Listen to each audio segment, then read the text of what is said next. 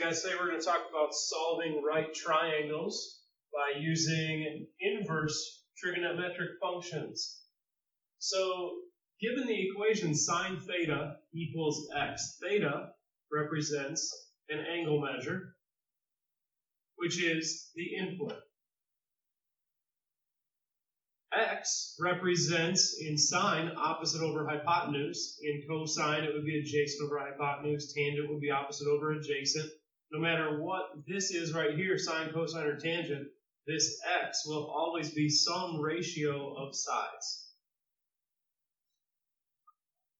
And that is the output.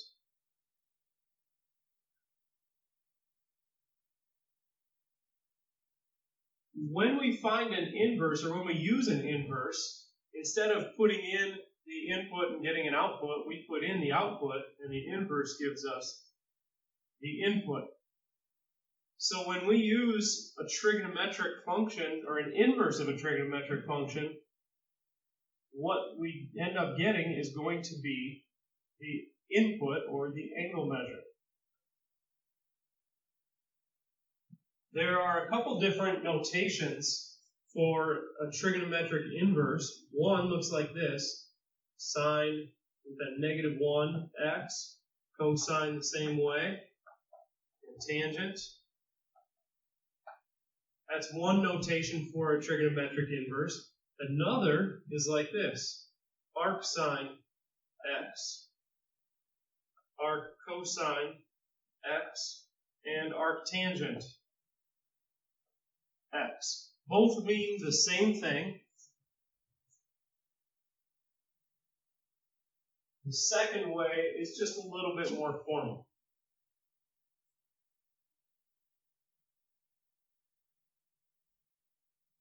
Using a calculator, solve each problem rounding to the nearest tenth.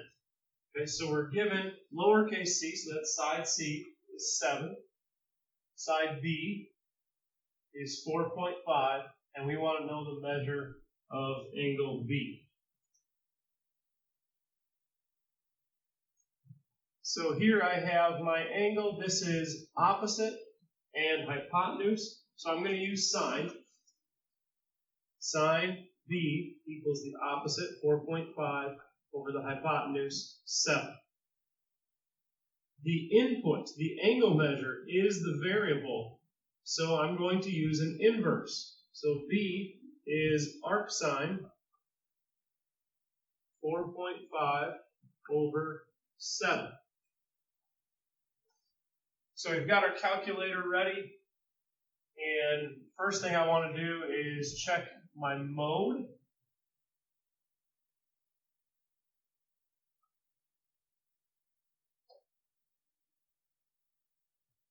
So we've got our calculator ready. First thing I want to do is check mode and make sure I'm in degree. If radians is highlighted, we need to come down and highlight degrees and then clear out of this.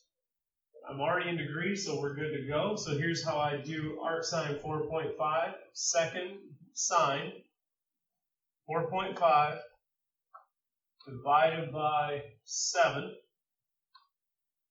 enter, and I get 40.005. It does say nearest tenth, so that would be 40.0 degrees. And even though I have 0.0, I do want to actually write that 0.0 to indicate that this is not exactly 40 degrees, but it's rounded to 40 degrees. Number 2, if A is 11 and B is 20, find the measure of angle A. This time I've got opposite and adjacent legs, so I'm going to use tangent. So tangent A equals the opposite over the adjacent. Again, it's the input, the angle, that's the variable, so I'm going to use an inverse. So A is arctangent, 11 over 20. So in my calculator, second tangent, 11 divided by 20, 28.8 degrees.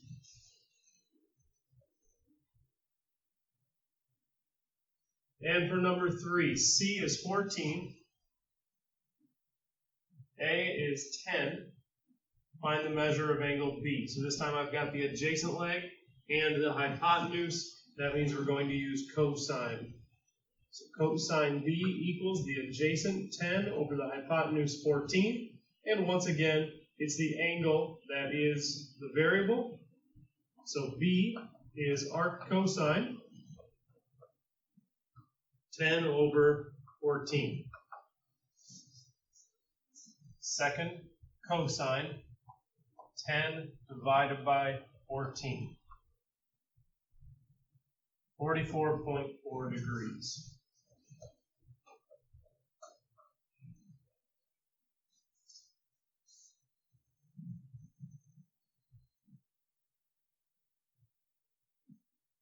Number 4 and 5, solve each triangle, rounding to the nearest tenth if necessary. Solving a triangle means, in the end, we need to know all 3 angle measures and all 3 side lengths. We're given here that C is 90, so I don't have to worry about angle C. B is 52 degrees, and side A is 4. So let's find side B and C, and then we'll do the missing angle. So in order to get side B, I've got a 52 degree angle here. Opposite over adjacent is tangent. So tan 52 degrees equals the opposite, which is B over the adjacent 4. When I've got a number down here, I just need to multiply that to both sides. So I'm going to get 4 times tangent 52 equals B.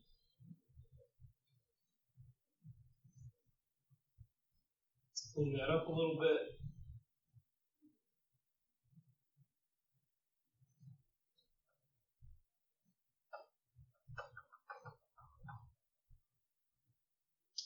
That pen doesn't go that low. Let's move on. 4 times tangent 52. 4 tan 52. 5.1.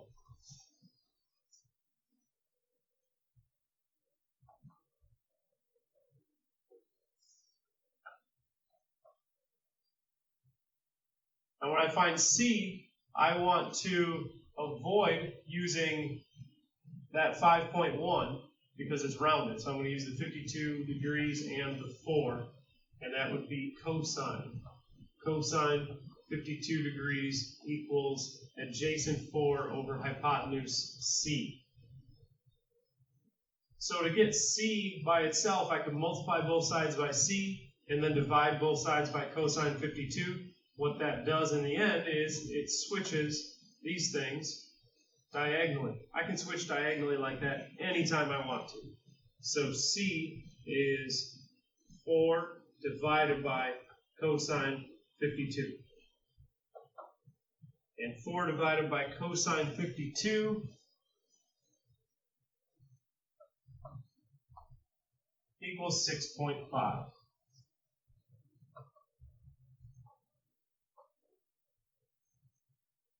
The only thing left is to find angle A, and I can do that by doing 180 minus the 2 angles I know. Triangle always adds up to 180 degrees. Minus 52. 180 minus 90 minus 52 is 38 degrees. Okay, so the missing things that I've had to find: B, side C, and angle A.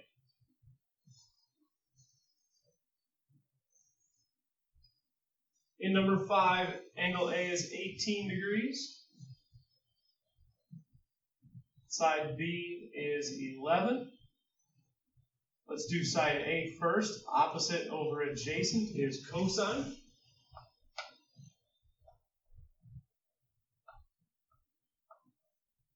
Opposite over adjacent is A over 11. When the number is here in the denominator, I'm going to multiply it across. 11 cosine 18 equals A. So 11 times cosine 18 is 10.5.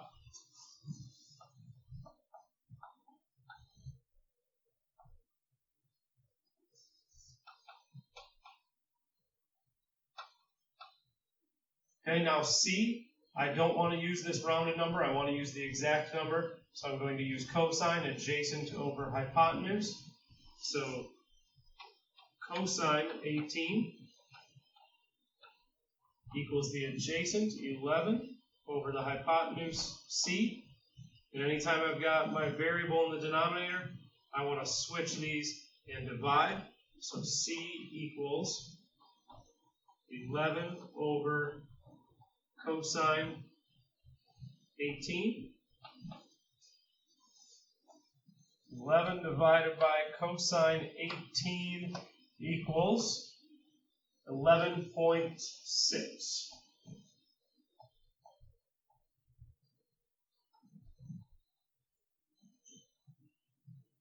Okay, the only thing left is angle B. So 180 minus 90 minus 18. And 180 minus 90 minus 18 is 72 degrees, and that is angle B.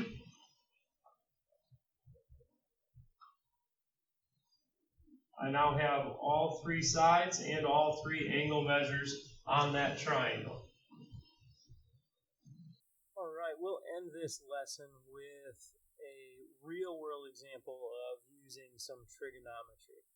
Okay, so we want to find the height of this tower given these angle measures and this 348-foot measurement here.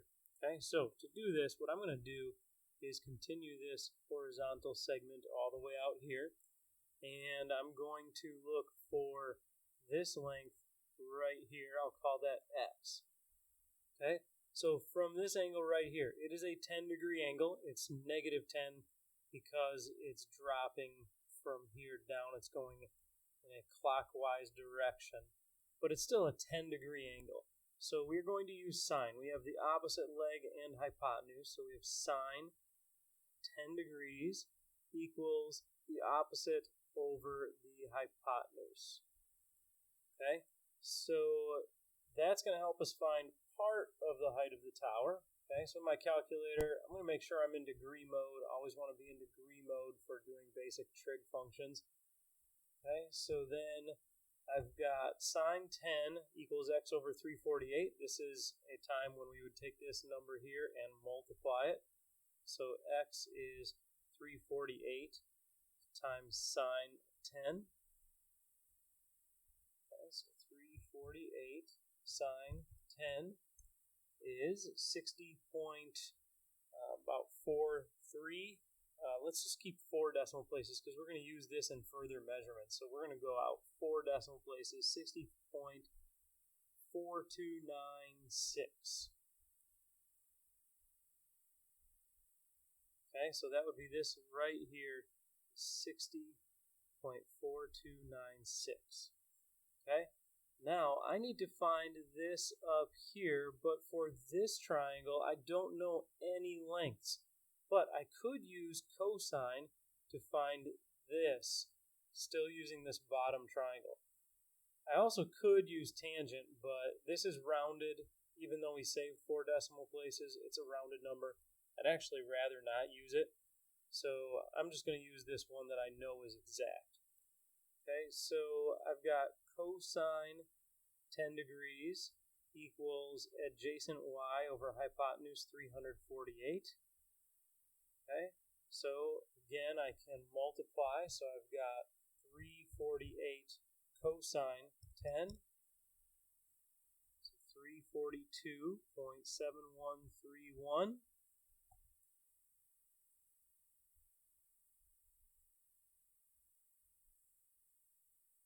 Okay, now I can find this out here, and I'll call this z.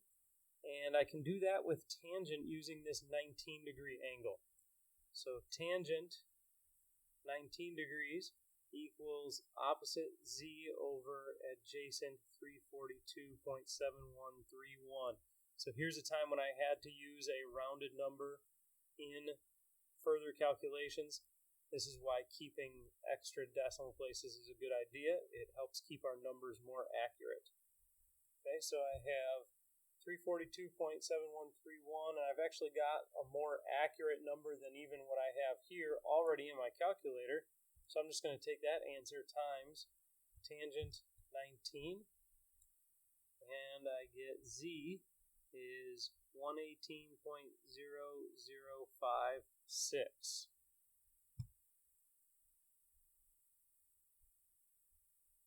Okay, now for the height of the tower, I can add these two together.